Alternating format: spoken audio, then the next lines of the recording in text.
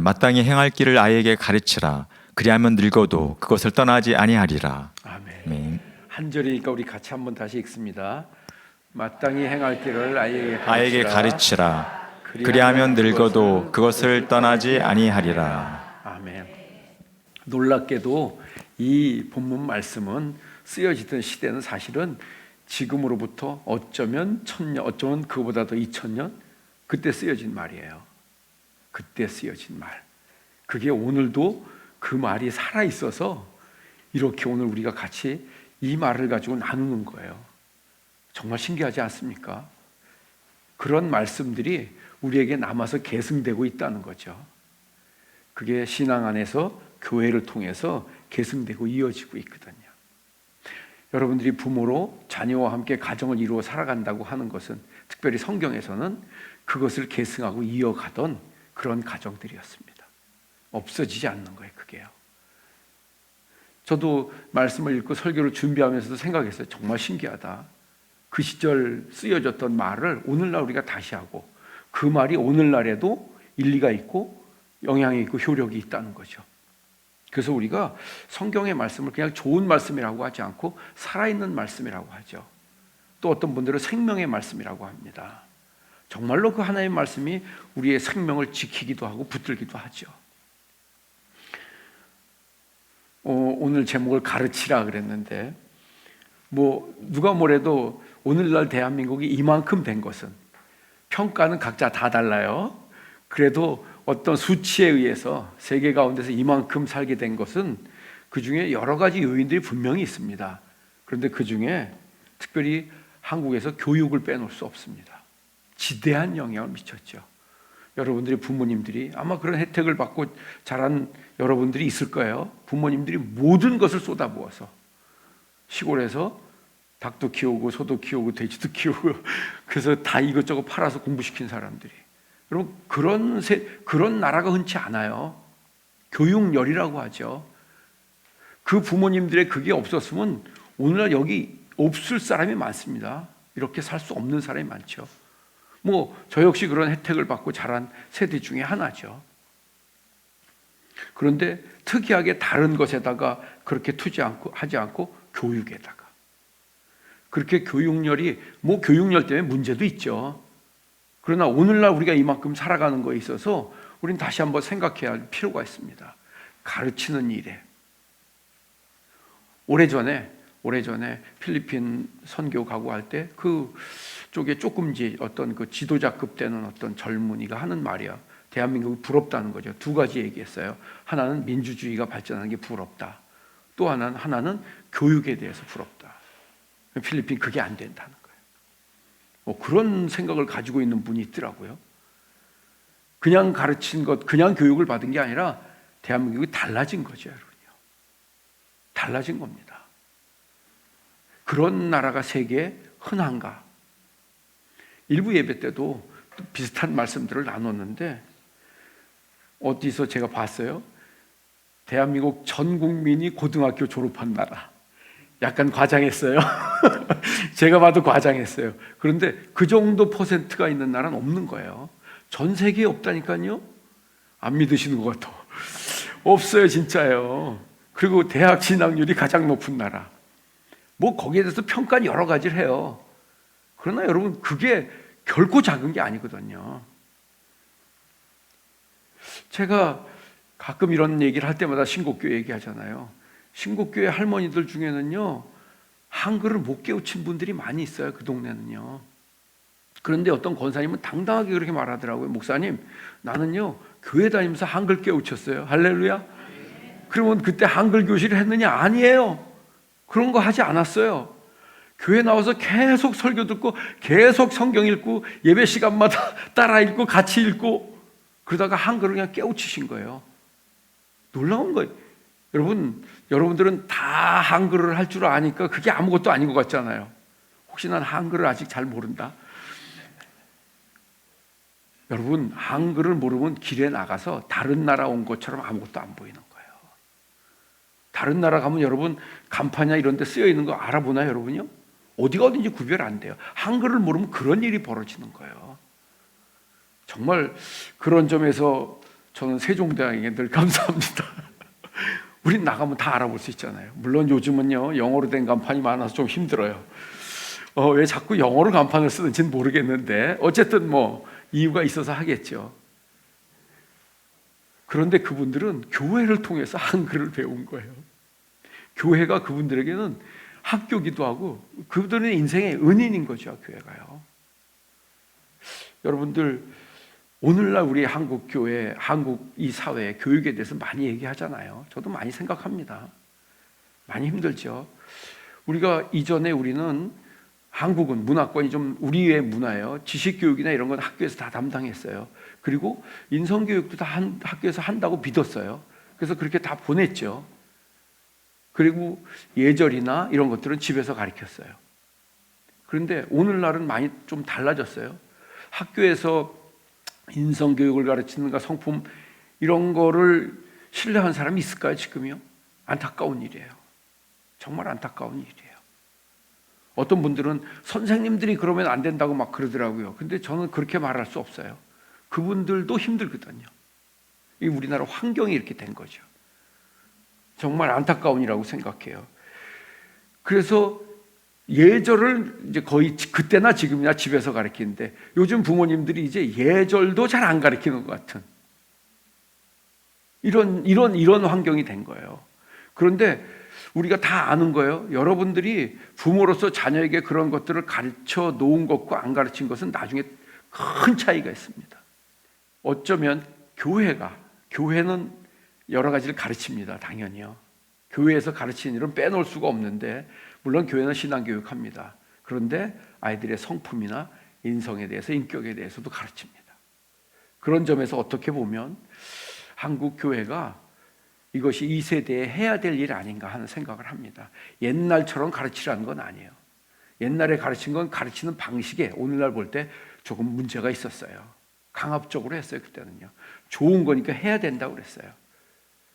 그래서 오히려 반작용이 일어나는 경우도 있죠. 그러나 분명한 것은 가르치는 일은 중요하죠. 특별히 성경에서요. 신명기서라는 창세기, 출애굽기, 레위기, 민수기, 신명기 5번째 있는지 몰랐죠? 신명기서에 보면은 신명기는 다른 게 아니라 하나님께서 이스라엘 백성들을 노예로 살던 사람들을 탈출시켜서 자유의 땅에 들어가 살게 하시면서 어떻게 살아야 하는가를 가르치는 거예요. 많은 내용들이 들어있습니다. 옛날과 다르다는 거죠. 이제는. 그러니까 거기에 들어가서 살 땐 다르게 살아야 된다는 거예요. 오늘날 믿음 가지고 신앙으로 살아가는 우리에게 정말 많이 필요한 말씀이에요. 신명기서를 자주 읽어보셔야 합니다. 내용은 많은 게 들어있는 것 같지만 핵심은 간단합니다. 간단합니다, 여러분요. 그런데 그 간단한 것을 지키는 것과 못 지키는 것은 너무 큰 차이가 나타나죠. 너무 큰. 그런데 그 중에서 신명기 6장 6절, 7절, 8절, 9절을 한번 들어보겠어요. 오늘 내가 내게 명하는 이 말씀을 너는 마음에 새기고 내 자녀에게 부지런히 가르치며 집에 앉았을 때이든지 길을 갈 때이든지 누워있을 때이든지 일어날 때이든지 이 말씀을 강론할 것이며 너는 또 이것을 내 손목에 매어 기호를 삼으며 내 미간에 붙여 표로 담고 또 내 집 문설주와 바깥문에 기록할지니라. 아멘. 신명기 6장 굉장히 중요한 부분이죠. 신명기에서도요. 자녀에게 가르치라고 했어요. 누가 가르치는 거예요? 부모가 가르치라고 했어요. 우리 여러분들처럼 교육을 받고 가정에서 가정교육을 다 그런 건 아니지만 굉장히 강압적인 분위기에서 자란 사람들은 이 말씀을 들으면 굉장히 부담스러워요. 왜? 강압적으로 가르치라는 것처럼 보이거든요. 근데 참 신기하게도 유대인들은 강압적으로 하지 않았습니다. 그래서 그 교육이 오늘날도 계속되고 있습니다. 그러니까 어떻게 하느냐에 대해서 우리가 오해하고 있는 거예요. 왜냐하면 가르치는 일은 너무나 중요하기 때문에. 그러니까 그 땅에 들어가서 살 때 자녀에게 반드시 가르치라는 거예요. 반드시. 이 말씀을 들어보세요. 쉴 새 없이 가르치라는 거 아니겠어요? 가르치는 걸 절대 놓치지 말라는 거예요. 그런데 오늘날 환경 때문에 오늘날 우리나라 뭐 지금 조금 이전의 세대에 아버지들은 뭐 했어요? 나가서 일했어요. 그럼 다 된다고 생각했어요. 왜냐하면 여유가 없거든요. 아침부터 가서 밤새까지 저녁 늦게까지 일하고 들어오는데요. 예. 요즘은 많이 없어졌다고 그러더라고요. 옛날에는 야근이라는 게 있었어요. 야근. 예, 그리고 또 회식이라는 것도 있어요. 1차, 2차, 3차. 그러니까 대부분이 아버지들이 집에 들어올 땐 제정신이 아니에요. 제정신이 아닌 거예요. 뭐 이렇게 하고 그럼 뭐 어떻게 가르칩니까? 그런데 여러분, 이유가 어떻게든지 간에 아이들이 아버지를 보고 배우는 게 있는데 배우지 못하면 나중에 문제가 생긴다는 거예요. 예, 우리가 여러 가지 이유를 댈 수 있어요. 맞습니다, 여러분이요. 구약 성경은, 구약에서 신명기에는 분명하게 얘기했어요. 부모가 자녀에게는 교사 역할을 하는 거예요. 원든지 원치 않든지. 뭐 저희 아버지도 굉장히 엄격한 아버지였어요. 정말 싫었어요. 그래서요. 예, 계속 혼나야 하니까요. 여러분, 혼나는데 좋을 사람이 어디 있어요? 저희 시대 때는 그냥 혼나지 않았어요? 어떻게 혼났어요? 어떻게 알지? 예, 막 맞았어요. 유대인들은 하나님의 이 말씀을 믿고 자녀들을 가르쳤어요. 그것을 계승했어요, 여러분요. 그리고 더 강조한 말씀, 신명기 31장 13절을 보면 아주 구체적으로 말씀하고 있어요. 신명기 31장 13절 들어보겠습니다. 또 너희가 요단을 건너가서 차지할 땅에 거주할 동안에 이 말씀을 알지 못하는 그들의 자녀에게 듣고 내 하나님 여호와 경외하기를 배우게 할지니라. 아멘. 이 말씀에는요, 굉장히 깊이 있는 말씀이세요. 우리가 소위 얘기한 다음 세대라고 하잖아요. 다음 세대에 대한 이야기예요. 출애굽도 경험하지 못했고 광야도 경험하지 못했고 가나안 땅에서 태어난 그 아이들에게, 그 세대에게, 하나님을 모르는 그 세대들에게, 그런 걸 경험하지 못한 세대들에게, 자녀에게 듣게 하고 배우게 하라는 거예요. 하나님 경외하는 것을. 예, 그것을 가르치라는 거예요. 당연히 다른 걸 가르쳐야겠죠. 그런데 강조하고 있는 게 이 말씀입니다. 그들은 그래서 그 신앙을 개성하고 가르침을 통해서 전달했습니다. 요엘서 1장 3절에도 보면 오늘날 이렇게 다음 세대 하는 말들이 그 시대 요엘서 1장 3절 말씀 들어보겠습니다. 너희는 이 일을 너희 자녀에게 말하고 너희 자녀는 자기 자녀에게 말하고 그 자녀는 후세에 말할 것이니라. 아멘. 다 같이 한번 읽어보겠어요. 중요한 말이라 그래요. 시작. 너희는 이 일을 너희 자녀에게 말하고 너희 자녀는 자기 자녀에게 말하고 그 자녀는 후세에 말할 것이니라. 아멘. 세대를 이어가면서 이게 되고 있다고 하면 그 집안은 되는 집안이에요. 예, 갑자기 잘 되는 집은 없어요, 여러분요. 이게 계승되어 갈 때 어떤 시점에서 아브라함과 이삭과 야곱에게, 그 다음에 요셉에 가서 큰 인물이 나잖아요. 어마어마한 인물이 나는. 아브라함은 그런 인물이 아니에요. 이삭도 그런 인물이 아니에요. 그런데 그들은 이 말씀을 믿고 자녀에게 가르쳤어요. 계승했어요, 여러분요. 여러분, 정말 믿음 갖기를 주의 이름으로 축원합니다. 이것이 쉽지 않다는 것은, 자녀에게 가르치는 것이 쉽지 않다는 건 제가 너무 잘 알죠. 뭐 저도 부모였고 저도 자녀였으니까요. 이건 결코 쉬운 일은 아니에요. 그러나 포기하지 말라는 거예요. 그 결과 때문에 그렇습니다. 여러분들 중에 자녀를 똑바로 잘 키워보려고 하지 않은 사람이 어디 있겠어요? 다 있습니다, 여러분요. 그런데 이상하지 않아요? 그렇게 중요해서 강조하고 또 강조하고 달래고 얼르고 이런 건 진짜 안 배워요, 애들이요. 진짜 안 배워, 이런 거는요. 왜 그렇게 안 배우는지 모르겠어요. 그런데 어떤 거 잘 배워요? 엄마 아빠가 가지고 있는 단점들, 이상한 버릇들, 아주 어떨 땐 안 좋은 것들, 이런 거는 부모가 숨기고 감추고 안 가르치고 하지 말라고 그렇게 했는데 어느 날 보면 하고 있어. 조심하셔야 돼요, 여러분요. 왜냐하면 자녀에게 부모가 교사의 역할을 하기 때문에 그런 거예요. 예, 걱정되는 분들은 오늘부터 돌아가서 기도하세요. 여러분들 정말 믿음 갖고요, 하나님 바라보기를 주의 이름으로 축원합니다. 그리고 또 여러분들에게 너무 걱정하지 말라고 말씀드리고 싶어요. 많은 분들이 걱정하는 거예요. 목사님, 난 이거 못 고치는데 어떻게, 큰일 났네요. 아니요, 적어도 여러분들이 그런 마음을 갖고 자녀에게 뭔가 노력하고 기도하고 열심히 하고 있다고 하면 우리에게는요, 여러분이 전부 하는 것이 아니라 우리를 지켜보시고 인도하시는 하나님이 계신 줄 믿습니다. 전 믿거든요. 하나님이 어느 날 일하시는 거예요. 여러분이 다 해줄 수 없어요. 제가 그러잖아요. 청소년쯤 지나면 여러분 고치려고 하지 마세요. 자기 말을 못 알아듣는 것 같아요. 여러분이 할 수 없어요. 그때부터는요. 왜냐하면 아이들이 이제 자기 인격을 갖춰가기 때문이기 때문에요. 독립성을 가지려고 한 게 자동으로 입력돼 있기 때문에요. 여러분들이 아이들을 더 그렇게 하면 아이들이 반항하기 시작해요. 그게 사춘기예요, 여러분요. 사춘기를 거쳐야만이 성숙한 사람이 되잖아요. 이건 우리가 바꿀 수 있는 게 아니에요. 그래서 그럴 것이 아니라 여러분들이 먼저요, 믿음을 가지고 아이들에게 가르치려고 수고하고 기도하시고요. 제가 결론적으로 가서 좀 말씀을 드릴 텐데, 여러분들이 먼저 믿음 안에 바로 서기를 주님의 이름으로 축원합니다. 디모데후서 3장 16절 17절 우리 한번 같이 읽어보겠습니다. 시작.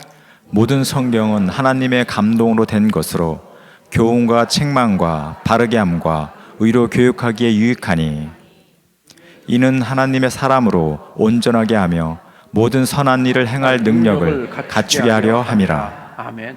우리가 성경을 가리키는 것은 단순히 종교인을 만드는 게 아니라 온전한 사람, 성숙한 사람을 얘기합니다. 그리고 어떤 일들을 잘 감당할 수 있는. 그래서 교회에서 말씀을 듣고 신앙생활을 한다고 하는 것은 듣는 것만이 아니고 듣고 성숙하고 교회, 주의 일을 밖에서든지 안에서든 주의 일을 하는 사람으로 만들어 가는 겁니다, 여러분요. 그런 사람들이 되어가는 겁니다, 여러분. 예, 그냥 가르치는 게 아니라, 그냥 졸업장 주려고 가르치는 게 아니라요. 그런 점에 있어서 우리가 성경은 아까 이제 신앙뿐 아니라요, 많은 것들을 인성 성품이나 예절이나 이런 모든 것들이 들어 있습니다. 우리 교회가 가르친 일을 멈추지 않을 것입니다. 여러분들도요, 그런 마음을 가지고 배우고 가르치는 성도가 되기를 바랍니다. 성경을 가르치는 목적을 아주 간단하게 요한복음 20장 31절에 써놨어요. 이것도 같이 읽어보겠습니다. 시작. 오직 이것을 기록함은 너희로 예수께서 하나님의 아들 그리스도이심을 믿게 하려 함이요 또 너희로 믿고 그 이름을 힘입어 생명을 얻게 하려 함이니라. 아멘. 성경을 가르치는 목적은 예수님이 하나님의 아들 그리스도이심을 믿게 하려는 거예요. 교회 교육의 첫 번째 초점의 목적은 거기 있습니다, 여러분요. 예, 거기에 있습니다. 그리고 그 이름을 입으면서 생명을 얻게 하려 함이라는 것은 삶에 대한 얘기예요. 맞습니다. 오늘 제가 더 강조하고 싶은 말씀은 에베소서 4장 11절에 있습니다. 들어보겠습니다. 그가 어떤 사람은 사도로, 어떤 사람은 선지자로, 어떤 사람은 복음 전하는 자로, 어떤 사람은 목사와 교사로 삼으셨으니 이는 성도를 온전하게 하여 봉사의 일을 하게 하며 그리스도의 몸을 세우려 하심이라. 아멘. 가르치는 목적이 너무 명확하게 돼 있어요, 여러분요. 반복하고 있습니다. 어쨌든 말씀을 통해서 예수님을 믿어서 성숙하게 하고 변화시켜서 주의 일을 하게 하려 함이라 그랬어요. 맞습니다. 정말 여러분들이 신앙생활을 하면서요, 이러한 사람으로 변화되어져 가기를 주님의 이름으로 축원합니다. 여기에 보면은 어떤 사람은 목사와 교사로 이렇게 해놨어요. 그러니까 우리는 이렇게 콤마를 찍어놨는데 이게 같은 동격이란 뜻이에요. 목사나 교사나 다 가르치는 자예요. 교사가 가르치는 거죠. 교사 선생님들이 중요하다는 것을 제가 늘 강조합니다. 늘 강조합니다. 맞습니다. 여러분, 교사 선생님이 잘해야 되고 좋은 선생님이어야 된다는 거 우리 잘 알고 있어요. 다 경험했을 거예요, 여러분요. 그 교사 선생님과 관계가 나쁜데 그 과목 열심히 할까요? 제가 전에 한번 고백한 적 있잖아요.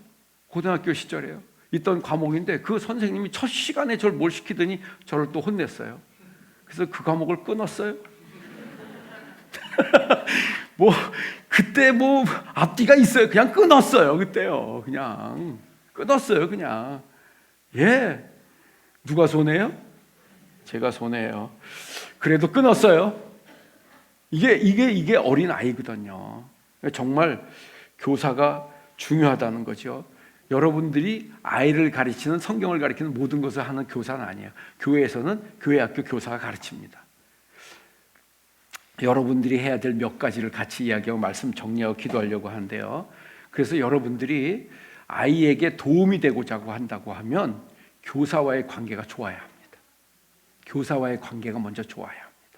여러분들이 집에서 교사 이야기를, 학교 선생님도 그랬으면 좋겠는데 그렇게 여러분들이 집에서 험담을 하거나 나쁘게 말하면요, 그 아이는 선생님을 존경하는 마음이 없어집니다. 그냥 아이는 그것을 판단할 능력이 없어요. 우리 엄마 말이 틀렸다는 생각을 못해요. 아이들은요, 그대로 진리로 받아들입니다.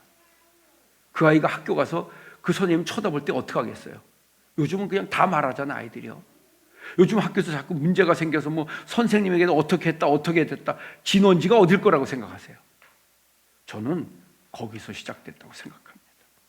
나중에 그게 큰 문제가 돼서 가끔 막 부모님까지 등장하는 걸 보면 역시 그 엄마잖아요. 역시 그 아빠잖아요. 여러분요. 예. 여러분들이 교사 선생님과의 관계를 잘 가져야 하고요. 그리고 여러분들이 한번 따라하겠어요. 교사를 위해 기도합시다. 예, 기도하셔야 합니다. 왜냐하면 여러분 아이들의 교사이기 때문에 그래요. 여러분 아이들에게 영향을 미치기 때문에 그래요. 예. 물론 여러분들이 기도 안 한다고 해서 그분을 나쁘게 얘기한다고 해서 교사가 나쁜 걸 가르칠 일은 없어요. 그러나 중요한 건 여러분의 아이예요. 그 아이가 우리 엄마 아빠가 교사 선생님들에서 하는 얘기를 들으면서 교사 선생님에 대한 생각이 달라지거든요. 굉장히 중요합니다. 교사는 정말 중요한 직책이거든요. 그리고 한 번 더 따라하겠어요. 이왕이면 선생님의 좋은 이야기를 해주세요. 예, 우리가 미담이라고 그러죠. 미담이 없는 선생님이 있어요. 정말 없는 선생님이 있어요. 그래도 이왕이면 좋은 이야기들을 하셔야 합니다. 예, 아이를 위해서. 그건 곧 여러분들을 위한 것이죠. 맞습니다. 그리고 교사 주일이니까 하는 말이기도 하지만은 그런 것들을 눈에 보이게 확실하게 잘 할 수 있는 건 교사에게 마음으로 좋은 선물을 하는 거예요. 자, 좋은 선물을요. 비싼 걸 하라는 게 아니에요. 제가 어느 해 그게 하고 싶어서 모든 교인들에게 다 선물 갖고 오라고 했어요. 그리고 선생님들 여기 다 세워놓고 나와서 주라고 그랬어요. 예, 그런 걸 한 번 했어요. 그랬더니 금방 항의가 들어왔어요. 어떤 선생님은 많이 받고 어떤 선생님은 적게. 그 생각 못했어요, 제가요. 골고루 갈 거라고 생각을 못했어요, 제가요. 예, 그래서 제도를 바꿨어요. 이거 뭐 제도가 중요한 게 아니라 저는 여러분들이, 우리 교회에 있는 교사 선생님들이 뭔가 자신에 대해서 자부심을 갖게 하기를 바라고요. 아이들을 가르칠 때 우리 교사 선생님들처럼 여러분 아이들을 위해서 기도하는 사람이 누가 있겠어요? 준비하는 사람이 누가 있겠어요, 여러분? 여러분들의 아이들에게 우리 교사 선생님들이 전부라는 얘기가 아닙니다. 그러나 중요한 영향을 미친다는 거죠. 여러분들이 이 5월 달에요, 정말 교사 선생님과의 관계가 다시 회복되길 바라고요. 좋은 관계로 발전해 나가기를 주의 이름으로 축원합니다. 갈라디아서 6장 6절을 보면 이런 말씀이 있어요. 다 같이 읽어보겠어요. 시작. 가르침을 받는 자는 말씀을 가르치는 자와 모든 좋은 것을 함께하라. 아멘. 여러분들이 모든 좋은 것을 함께 하진 못해도 작은 것이라도 함께 하라는 뜻이에요. 모든 좋은 것을 같이 하면 좋겠지만서도 여러분들이 그 마음의 표현으로, 그럴 때 아이들이 선생님에 대한 태도가 달라지는 거예요. 우리 엄마가 정말 선물을 안 하는 사람인데 우리 선생님한테 하네? 더 효과 있습니다. 더 효과 있습니다. 중요한 것은 우리의 신앙을, 여러분들의 믿음을 자녀에게 계승하고, 바라기는 그 자녀가 그 아이의 또 자기 자녀에게 계승할 때 여러분들의 집안이요, 믿음의 가정이 되고요, 믿음의 가문이 되어간다는 것을 깨닫기를 주님의 이름으로 축원합니다.